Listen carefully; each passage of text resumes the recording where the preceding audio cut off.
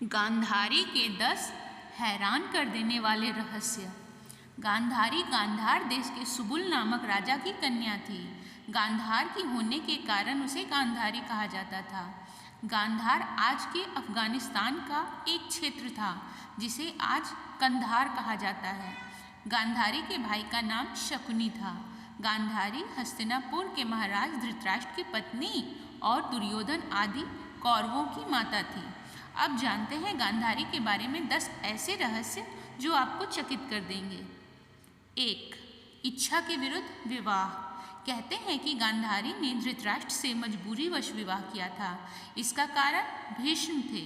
अंधे महाराज धृतराष्ट्र के लिए भीष्म ने गांधार नरेश की राजकुमारी का बलपूर्वक विवाह धृतराष्ट्र से कराया था। 2. धृतराष्ट्र से पहले बकरे से विवाह।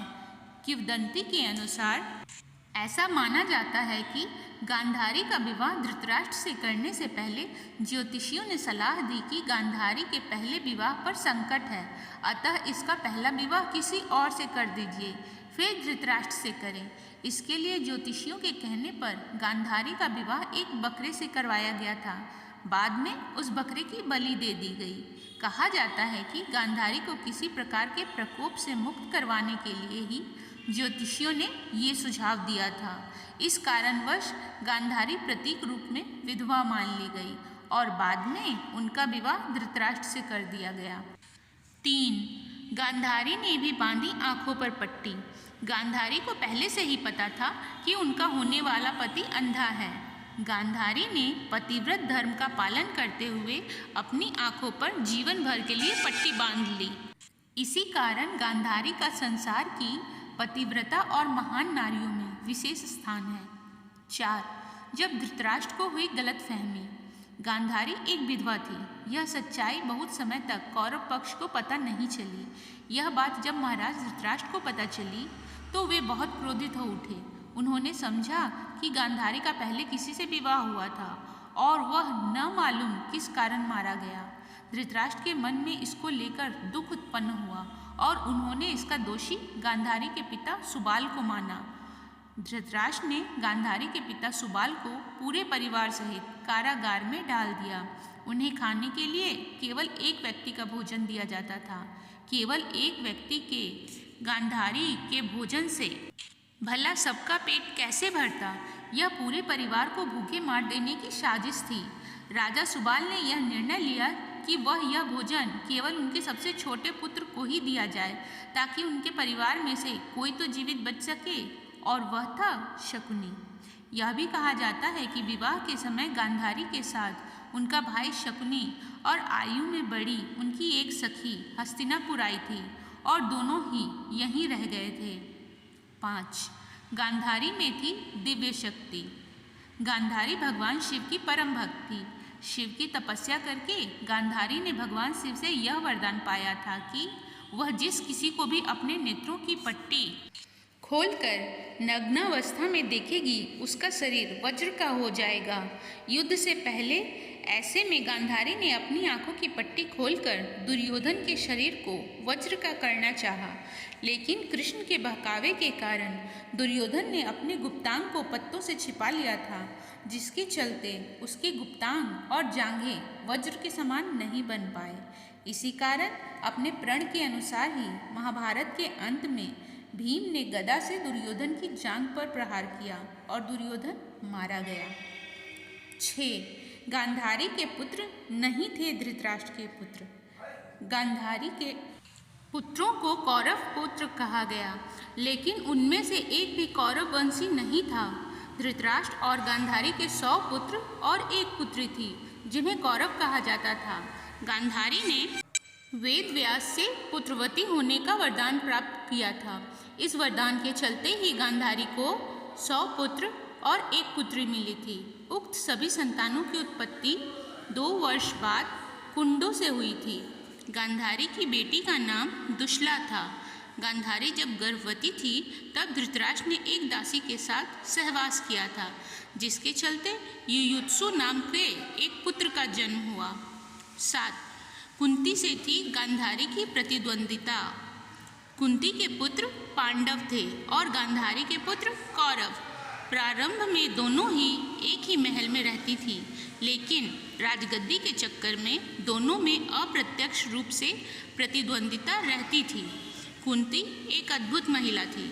पति की मृत्यु के बाद कैसे उन्होंने अपने पुत्रों को हस्तिनापुर में दाखिल करवाकर गुरु द्रोणाचार्य से शिक्षा दिलवाई और अंत में उन्हें राज्य का अधिकार दिलवाने के लिए प्रेरित किया, यह सब जानना अद्भुत है। जिस तरह कुंती ने संघर्ष किया, उसी तरह गांधारी ने भी संघर्ष किया।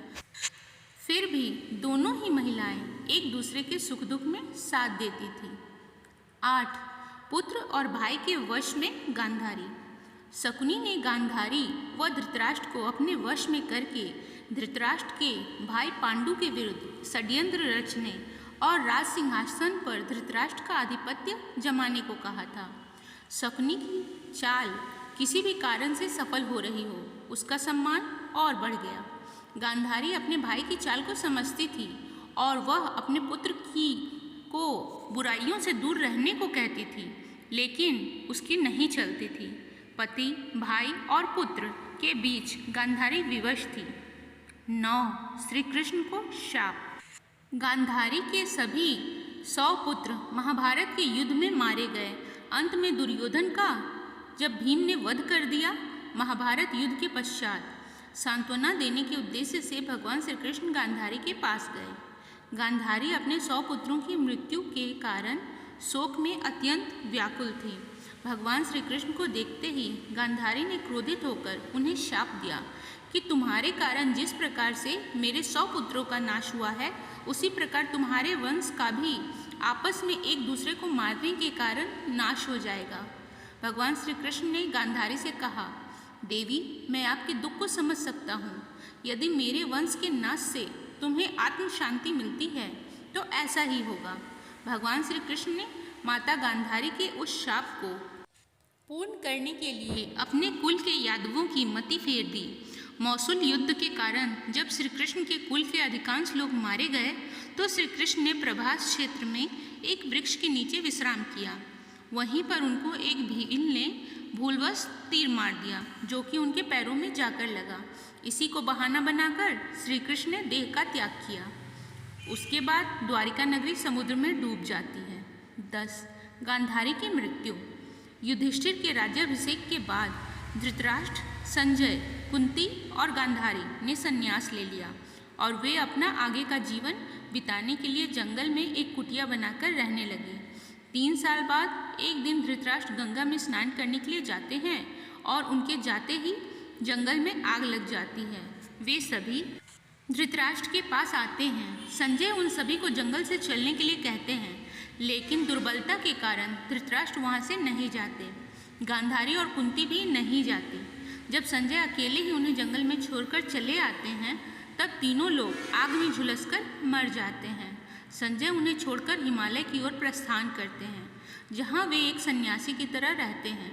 बाद में नारद मुनि युधिष्ठिर को यह दुखद समाचार देते हैं। युधिष्ठिर वहाँ जाकर उनकी आत्मा की शांति के लिए धार्मिक कार्य करते हैं।